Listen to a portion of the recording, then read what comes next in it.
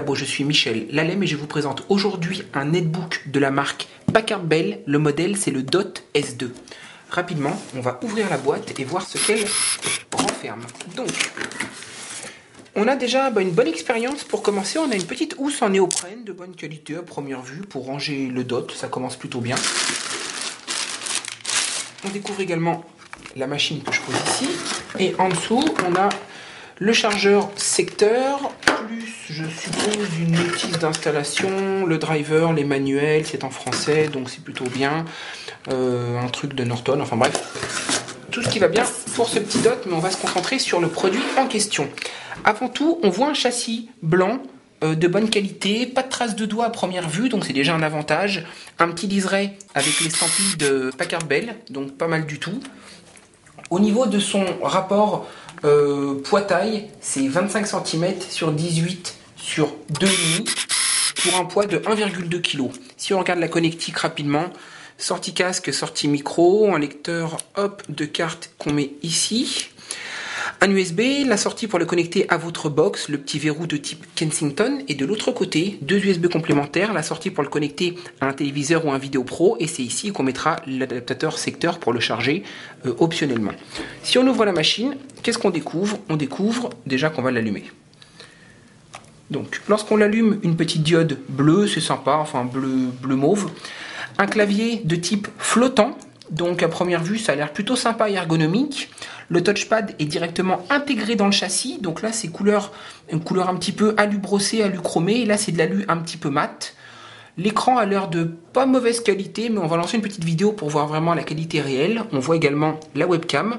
Quand on regarde maintenant les caractéristiques techniques, ce petit Dot S2 Packard Bell est doté d'un écran 10 pouces de type TFT LED en résolution 1024 par 600. C'est l'écran. Le processeur Intel Atom N450, donc c'est le dernier Atom qui est sorti. À première vue, un processeur plutôt intéressant. La fréquence 1,66 GHz. L'ordinateur se lance, c'est normal. Le disque dur 160 Go, donc pas mal du tout pour pouvoir stocker vraiment les fichiers les plus importants et les avoir toujours sur soi. La mémoire 1024. Réseau forcément Wi-Fi, mais pas n'importe lequel, Wi-Fi N, donc vraiment c'est le dernier Wi-Fi avec la plus grosse puissance, à savoir 300 mégabits au maximum.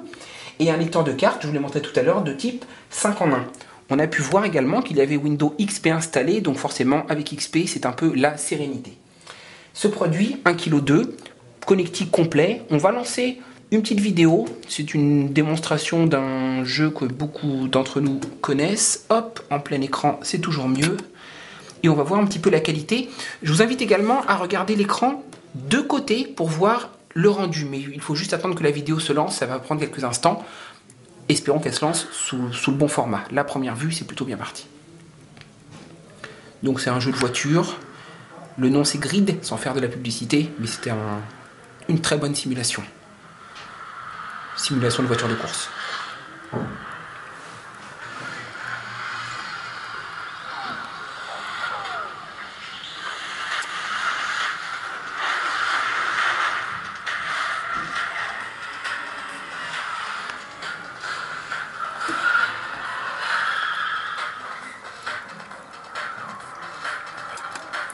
Donc à première vue, l'écran nous donne vraiment un très bon rendu, que ce soit de face ou même légèrement de côté. C'est un écran de bonne qualité.